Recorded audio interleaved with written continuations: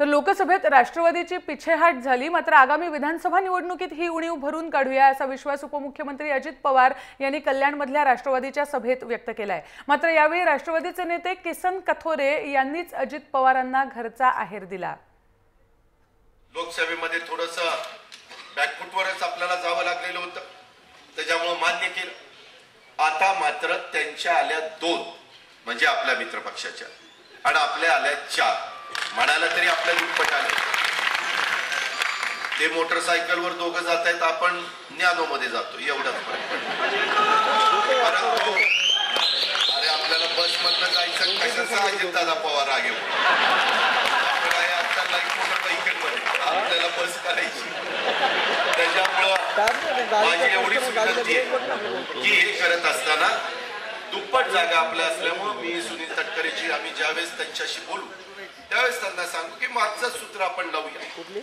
जिल्हा परिषद, तालुका पंचायत, महानगरपालिकेच्या निवडणुकीच्या निमित्तानं तर आपण महाराष्ट्रामध्ये खूप मोठ्या प्रमाणात यश मिळालेलं आपण सगळ्यांनी बघितलेलं, आणि त्याकरता आपण जास्त काही नाही, आपण व्यवहारातच भूमिका घेतली। 144 तुम्ही लढवा, 144 आम्ही लढवतो, 288 लढू, त्याच्यामध्ये ह्याच्यात कुठलाही बदल होणार नाही। आणि म्हणून मी काल सांगितलं की हे जर मान्य नसेल तर आपलं स्वतंत्र लढायला आपण त्या ठिकाणी तयार आहे। या सर्व मतदारसंघामध्ये माझा जवळूनचा संबंध आहे।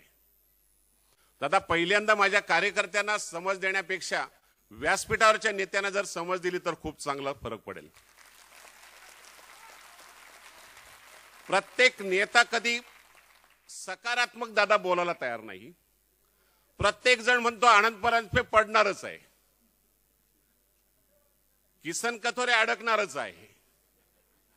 दादा, विरोधी पक्षावाला कोणीही काम करत नाही, हे काम आमचेच नेते करतात आणि आम्हाला खऱ्या अर्थाने अडचणीत आणतात।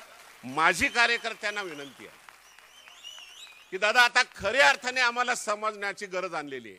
पद देताना जरा तपासाना, जरा पार्श्वभूमी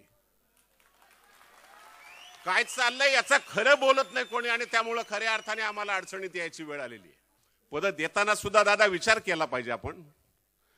कधी आपल्याला कदाचित आज वाईट वाटेल, पण ज्यांना पद देतो दादा त्यांचा कधी गल्लीमध्ये संबंधच नसतो।